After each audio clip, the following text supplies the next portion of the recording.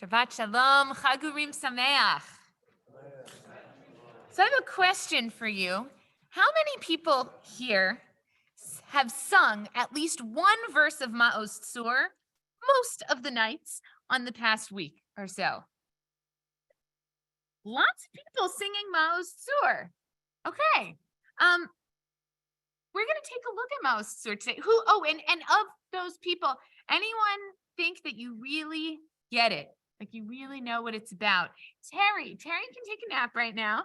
And the rest of us have the opportunity to dig in.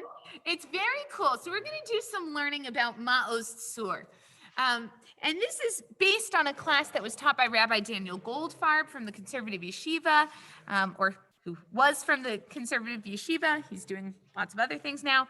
And he put together this beautiful source sheet with lots and lots of resources. Don't worry, I'm not gonna keep you here for an hour, but we'll look at some of them. So first of all, I have a question. What are we celebrating on Hanukkah? I'm not asking for a detailed historical explanation, but why do we celebrate Hanukkah? What makes it a compelling holiday? We survived. Okay, great. We survived. We might have an opportunity to dig into that a little bit. We survived. We're celebrating having survived. Anything else? Light. Absolutely. We celebrate light in the midst of the darkness, right?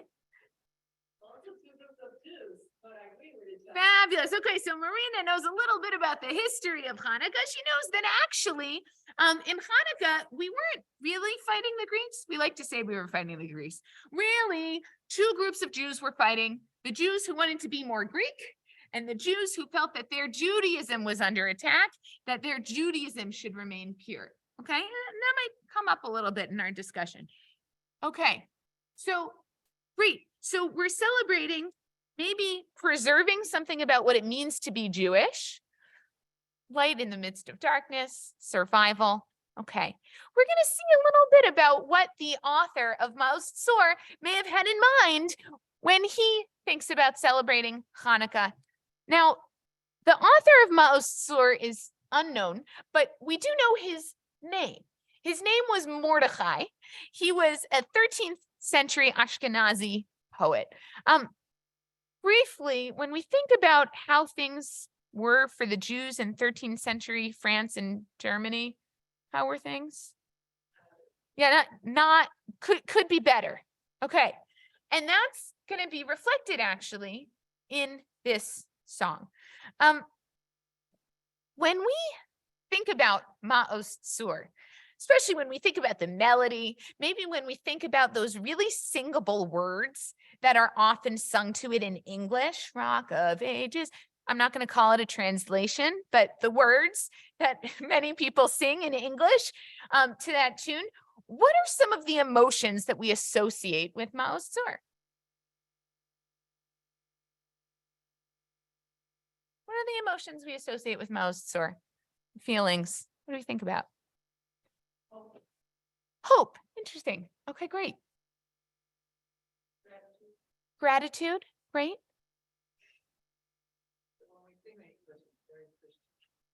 Very Christian. Okay. We're going to see a different English here on this page. Rock of Ages, let our song. Yeah, okay. Some of us, we know that. How about triumphalism?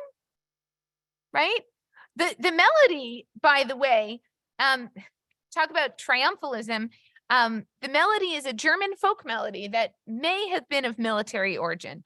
Okay, so it's a pretty triumphant melody, and the words to Rock of Ages are pretty triumphant words, right?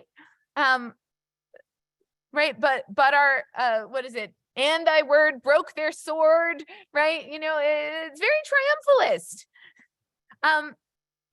Okay, but the poem itself is actually going to be a little bit different. So let's take a look at it. So if you look at this very busy source sheet in front of you, we're going to see, first of all, that the number of verses of Ma'oz Tzur is much more than many of us are used to singing. Who here sings at least one verse of Ma'oz Tzur when you sing it? Great. At least two? A lot fewer. More than two. Okay. So Scott and maybe Terry and Ann. Yeah.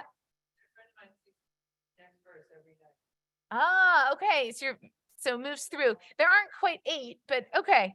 Great. Okay. So great. So in fact, there are 5 or 6 verses to this poem. I only brought 5 of them here. The 6th one was probably not written by our poet Mordechai, so I left it off. Today, it's a little bit of a different mode, a different kind of set of ideas. So I left that one off. So we're going to see 5 verses here today. So the first thing you see is that there's 5 verses, right? This is a 2-sided piece of paper. Each verse, you've got a whole chunk of text. We have the 4 lines of the song, and then a whole bunch of quotes. Why would I or Rabbi Daniel Goldfarb bother bringing us all of these quotes? Well, because like many medieval Jewish poets, Mordechai loved to reference other biblical texts in his writing. And in fact, if we really want to get the full range of ideas in his poetry, we're going to need to look at some of those other texts. So we won't get to go through the full range of them here, but it's very rich. And I invite you to look at this further afterwards. Okay, so let's start with verse 1. I think for the ease of hearing for those online, I'll do the reading, and I'll try to repeat when folks make comments. So, Ma'oz Tzur Yeshuati Lechana El Shabeach, refuge, rock of my salvation. To you, it is a delight to give praise. Okay, so what are we saying? Who are we talking to? We're talking to God. Great. And what are we saying to God? So I heard someone say, thanks. Yeah. We're going to give you praise. It's nice to praise you, but we haven't actually started really praising you yet. But it's nice praising you. We've also, what are we calling God? Tzur, God is rock, right?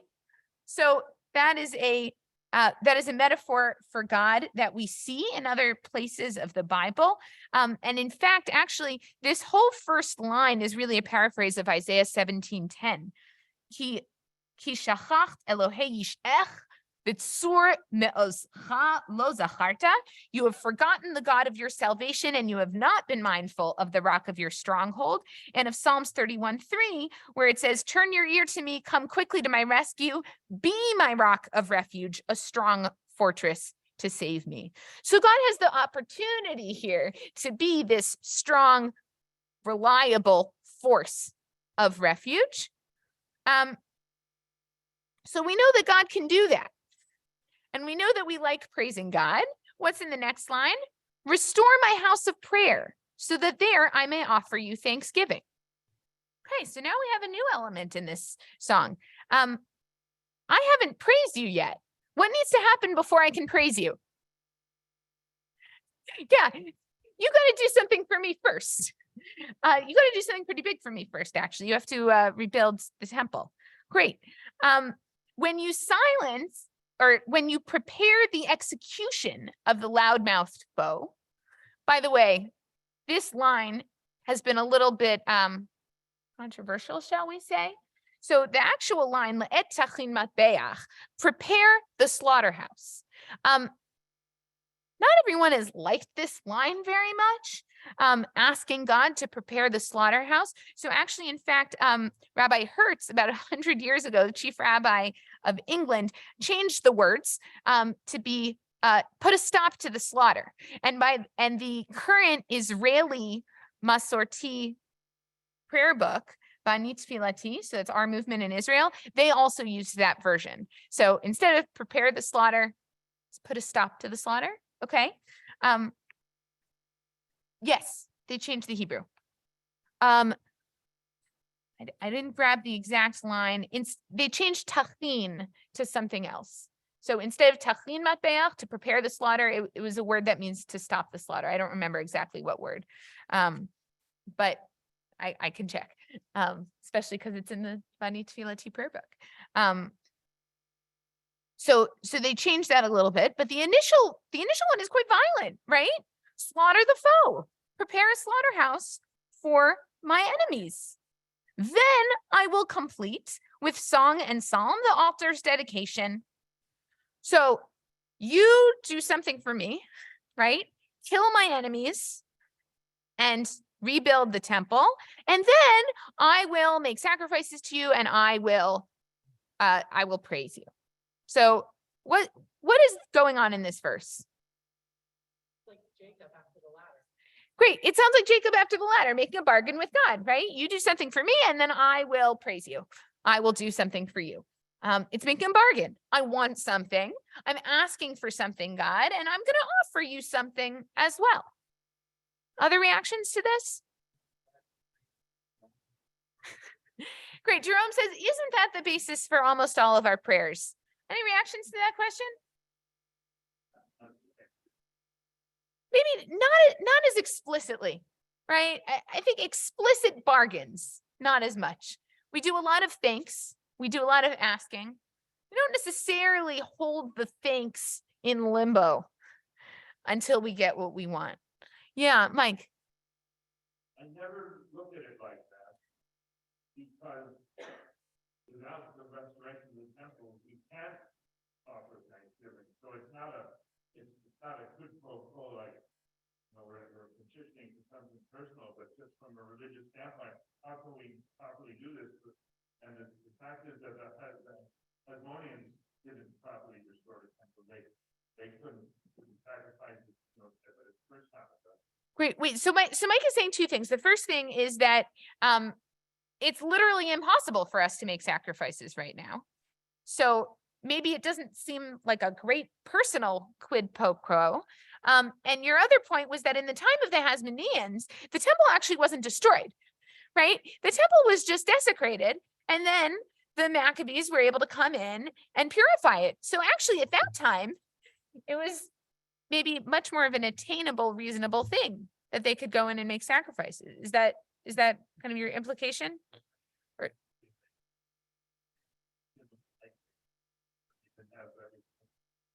I never, years I've known what it meant. I've always wondered why you don't feel a little bit of a twinge of, do I really want to sing this? I never thought of it as a bargain. Okay.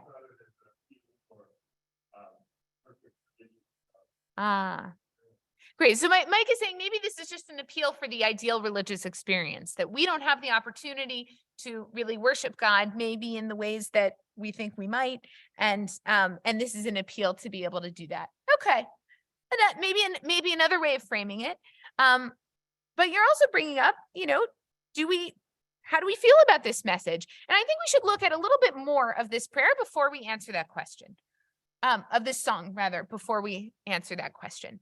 So we're not going to look at the other verses in such detail as we just have, but I want us instead to notice what the other verses are about and what they're doing.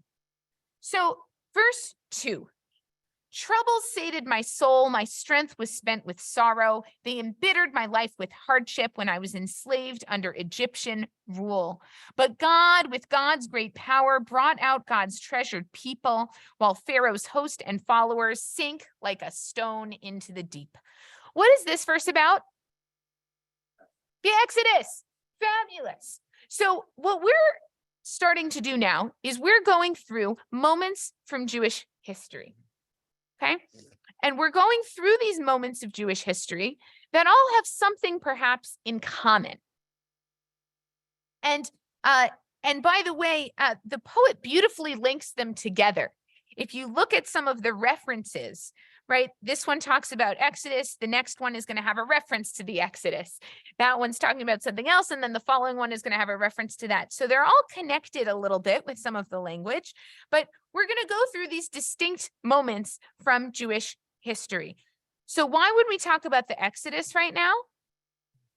What happened in this verse at the time of the Exodus? What was our situation as Jews? What was that? We were slaves. Okay, things were not great for the Jews. And what did God do? Killed all the enemies. Okay, so remember in verse 1, we said, we want you, God, to kill all the enemies, right? And rebuild the temple. Maybe we could kind of, if we're going to look at the story of the Exodus, God doesn't rebuild the temple, but God does save the people, right? God brings salvation to the people and kills all the enemies. Yes. Okay. Verse 3. God brought me to God's holy abode, but even there I found no rest. The oppressor came and exiled me because I'd served stranger gods. I had drunk poisoned wine. I almost perished. Then Babylon fell. Zerubbabel came. Within 70 years, I was saved. What incident in Jewish history is that one about? Destruction of the first temple. Great. For those of us who might not be so up on our Jewish history, when the first temple was destroyed, how long did it take before the second one was rebuilt? 70 years. Fantastic. A lifetime. Not too bad, right? Not too bad, particularly when you think about how long the second one was gone for. 2,000 years, right? So this is not a forever kind of thing. 70 years gone, and then the next generation sees the rebuilding of the temple. So once again, what does this one have in common with the other verse, with the Exodus verse? Happy ending. Yeah, absolutely. Things were bad, right? We got kicked out of our land. I almost perished, but then Babylon fell and I was saved. Okay. That's like the joke. They tried to kill us, we survived, let's eat. Right. They tried to kill us. We survived. Let's eat. Absolutely. Fabulous. Great. Great. So when An said that Masur was about hope, we can really see why. Because so far we've looked at two incidents from Jewish history where things were bad and God saved us, right? And so when we think back to that first verse, we are now, right? This poet in 13th century Ashkenaz is in a bad situation, but thinking back on history, I have hope that once again, God will save me just like God did in these other instances. So let's look at verse 4. The Agagite son of Hamdata sought to cut down the tall fir tree, but it became a trap to him and his arrogance was brought to an end. You raised the head of the Benjaminite and the enemy's name you blotted out. His many sons and his household you hanged on the gallows. What's that about? Purim. Fantastic. By the way, isn't it interesting that this is a Hanukkah song, and yet have we talked about Hanukkah yet? Not yet. Does anyone want to argue with that statement? Great. So in the first paragraph, how did we talk about Hanukkah? We did say, Azig mor b'shir mizmor Chanukat hamizbeach, right? Then I will complete with song and psalm the altar's dedication. It's not specifically saying Hanukkah, right? It's not saying that that's part of Hanukkah. It's not necessarily saying that this is part of the Hanukkah story, but it's certainly putting the holiday in our minds. That's what people hear. You hear Hanukkah, right? Right? You hear Hanukkah, which means dedication, right? So the idea is there, the name of the holiday is present, even if it's not in reference to the holiday. Okay, but so right now we're in Purim. And once again, does Purim fit into our model? Things were bad, God saved us? Yeah, okay, fabulous. Very good. Now, by the way, just some interesting references here. If you take a look on line 15, the references. It's pointing out that what story is actually recalled in this verse. So it's explicitly about Purim, but it also recalls a story that we read this morning. Which story that we read this morning? Joseph. Yeah, so there's actually a lot of words in this verse that reminds us of the Joseph story, right? In the same way that God is lifting up the head of Mordecai, Pharaoh lifted up the heads of the chief cupbearer and the chief baker, right? So there's a number of references here, and just as Haman is being hanged on the gallows, well, so too the chief baker was hanged. So there are some references here to the Joseph story, and interestingly enough, we always read that story during Hanukkah. So that connection is always there.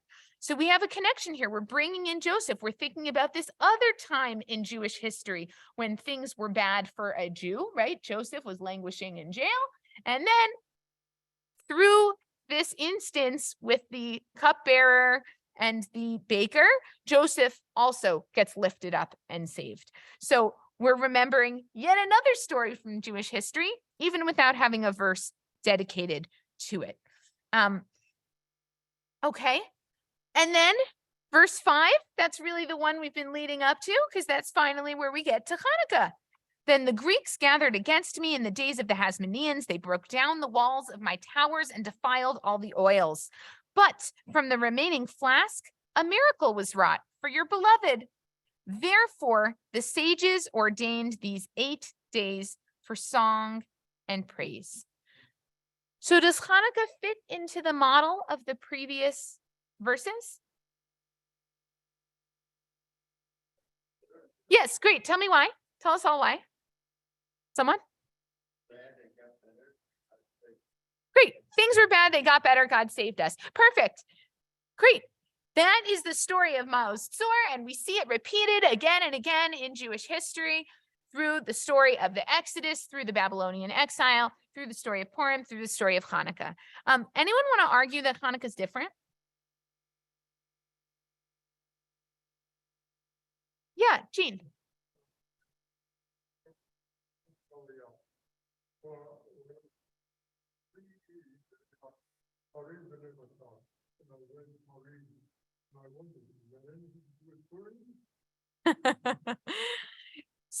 So Jean is making a pun where when we were talking about cows in the Torah reading, harim, we might think of Purim. And I want to say that this poet is also doing some puns. I mentioned before that each of these verses is linked to the verse beforehand, which I think really implies that there's some sort of connection between all of these experiences in Jewish history. And so in fact, if we look at the Hanukkah verse, right here we have a verse that suggests this word to gather, which says the Greeks gathered against me. That's also a word that's used in the Purim story when the maidens were gathered at Shushan. But also there's this word that seems a little odd. Nasa nesla shoshanim. A miracle was wrought for your beloved, or for the lilies and roses. It's not totally clear what that word is doing there, but it certainly is likely to make us think, especially when we just read about the Purim story, Shushanim, right? The people of Shushan. It sounds very similar. So the poet is definitely using sounds in that way to link these different stories. So any thoughts? So is the story of Hanukkah, it just fits perfectly into this model, or is there anything that feels different about it? Yeah, Elizabeth. The real story of Hanukkah was the civil war between Constantine. Great.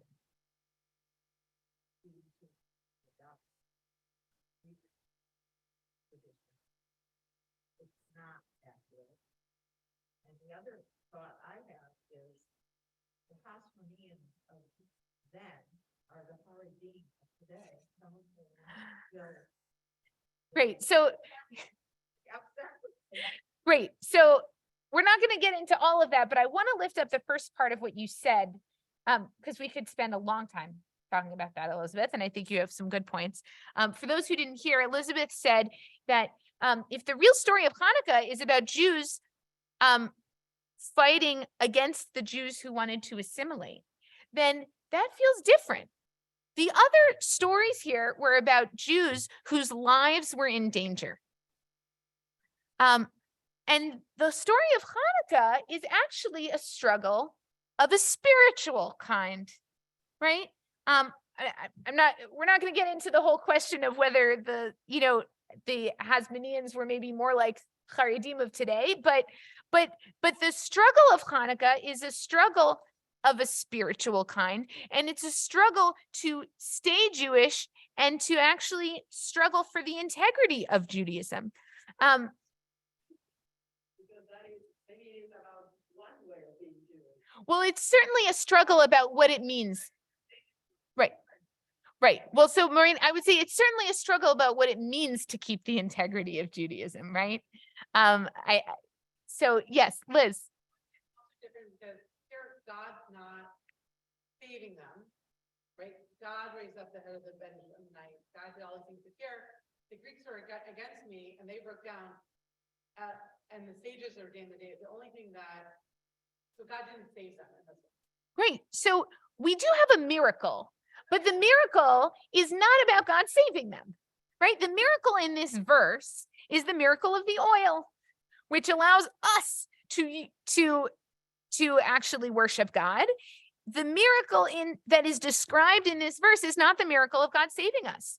It actually, maybe we're saving ourselves in this verse. So there is a difference in the Hanukkah verse.